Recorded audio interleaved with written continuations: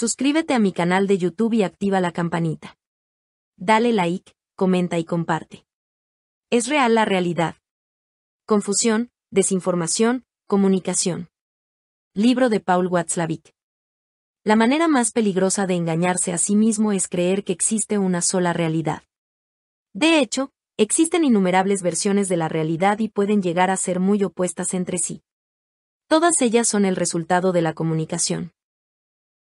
Paul Watzlawick afirma que en las relaciones humanas y en la interpretación de las mismas no existen verdades sencillas, y que lo normal, en una cultura, y más aún en culturas diferentes, es que no se dé la uniformidad, sino la diversidad de formas de acción e interpretación de los individuos concretos.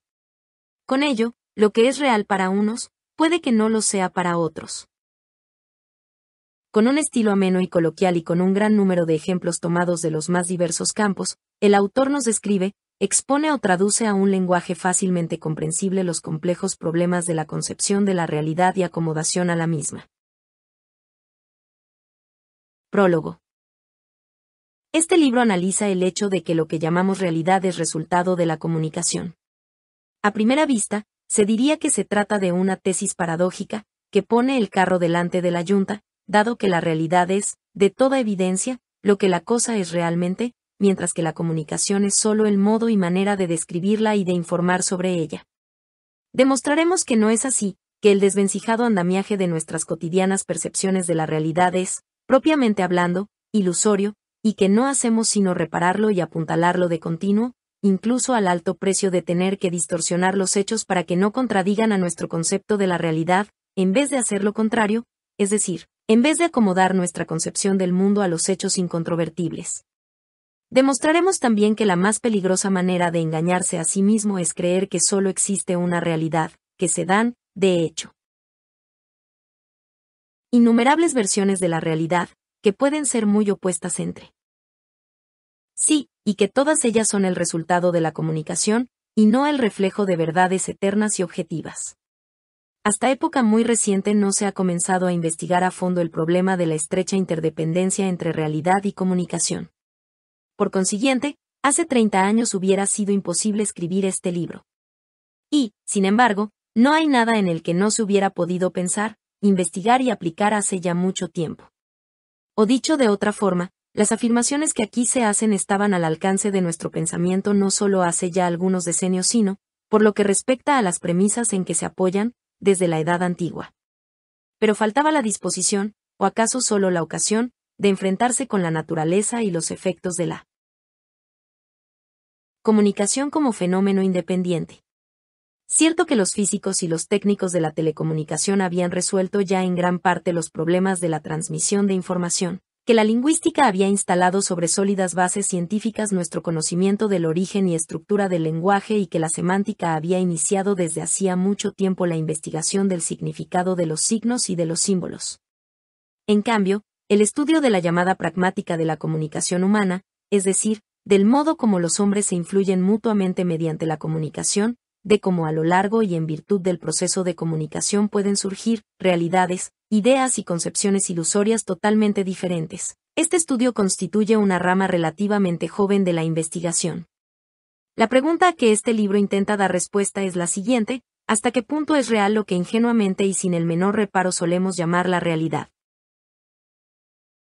Es propósito firme y declarado de este escrito atenerse a un estilo ameno y coloquial y presentar al lector, en forma anecdótica, algunos ejemplos, elegidos al azar, de la investigación de la comunicación, que son sin duda insólitos, curiosos y hasta increíbles, a pesar de que, o acaso precisamente porque, tienen una participación inmediata en el origen y formación de las distintas versiones de la realidad. A una persona meticulosa podrá antojársele esta forma expositiva superficial y acientífica. Pero esta persona no debería olvidar que existen dos maneras, completamente distintas, de exposición científica. La primera comienza por formular una teoría y aporta luego las pruebas experimentales que confirman su validez. El segundo método consiste en presentar un gran número de ejemplos, tomados de los más distintos campos, para intentar luego descubrir, de esta manera práctica, la estructura común de todos estos ejemplos aparentemente tan dispares y las conclusiones que pueden extraerse. El recurso a los ejemplos tiene, pues, muy diversos significados en cada uno de estos métodos.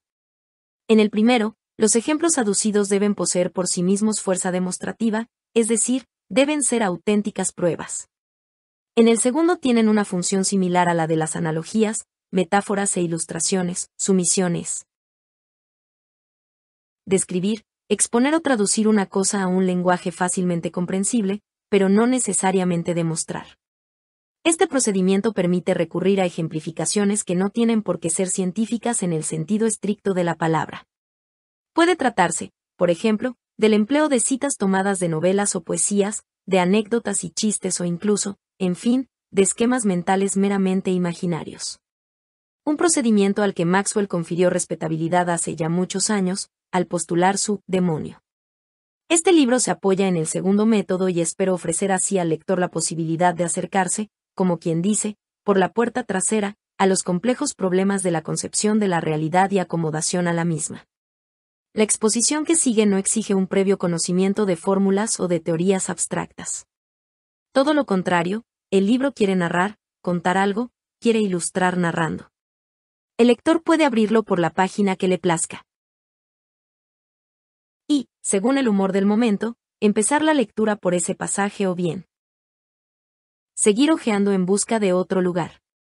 Si algo despierta su interés y desea más amplia información sobre el tema, las referencias bibliográficas le darán acceso a las fuentes. De similar manera, el estudioso de las ciencias sociales o de las ciencias del comportamiento podrá acaso hallar en estas páginas ideas o estímulos para sus propios proyectos de investigación o para sus disertaciones. Espero, además, que el libro pueda desempeñar una segunda función. Como ya se ha insinuado, creer que la propia visión de la realidad es la realidad misma, es una peligrosa ilusión. Pero se hace aún más peligrosa si se la vincula a la misión mesiánica de sentirse en la obligación de explicar y organizar el mundo de acuerdo con ella, sin que importe que el mundo lo quiera o no. La negativa a plegarse a una determinada visión de la realidad, a una ideología por ejemplo, la osadía de pretender atenerse a la propia visión del mundo y de querer ser feliz a su propia manera, es tachada de think crime, de crimen del pensamiento, en el sentido de Orwell. Tal vez este libro pueda aportar una modesta contribución para agudizar la mirada sobre ciertas formas de violencia psicológica y para dificultar la tarea de los modernos cultivadores del lavado de cerebro y sedicentes salvadores del mundo. El material acumulado en esta obra procede en parte de mis primeros estudios de lingüística y filosofía, y en parte de los 25 años de mi actividad profesional como psicoterapeuta, los 15 últimos dedicados a tareas de investigación en el Mental Research Institute de Palo Alto, en el campo específico de los aspectos clínicos de la comunicación humana. Otras secciones del libro se apoyan en mi experiencia docente como profesor agregado de psiquiatría de la Universidad de Stanford y como consejero y profesor de cursillos en varias universidades e instituciones de investigación y formación psiquiátrica de los Estados Unidos, Europa e Iberoamérica. Mi contacto con algunos de los temas e investigaciones mencionados no pasa de ser superficial y mis conocimientos sobre ciertos puntos son solo teóricos e indirectos. Pero ya se entiende que me declaro responsable único de la forma de mi argumentación y de todos sus errores y deficiencias. Tal como el subtítulo indica, el libro consta de 3 partes. La primera trata de la confusión, es decir, de las perturbaciones de la comunicación y de las deformaciones de la vivencia de la realidad que de aquí se derivan.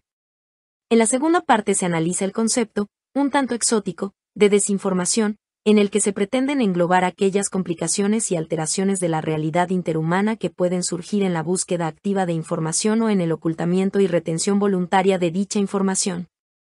La tercera parte está dedicada a los fascinantes problemas del establecimiento de comunicación donde todavía ésta no existe, es decir, a los problemas que se refieren a la creación de una realidad accesible a otros comunicantes, ya sean animales, habitantes de otros planetas o seres puramente imaginarios.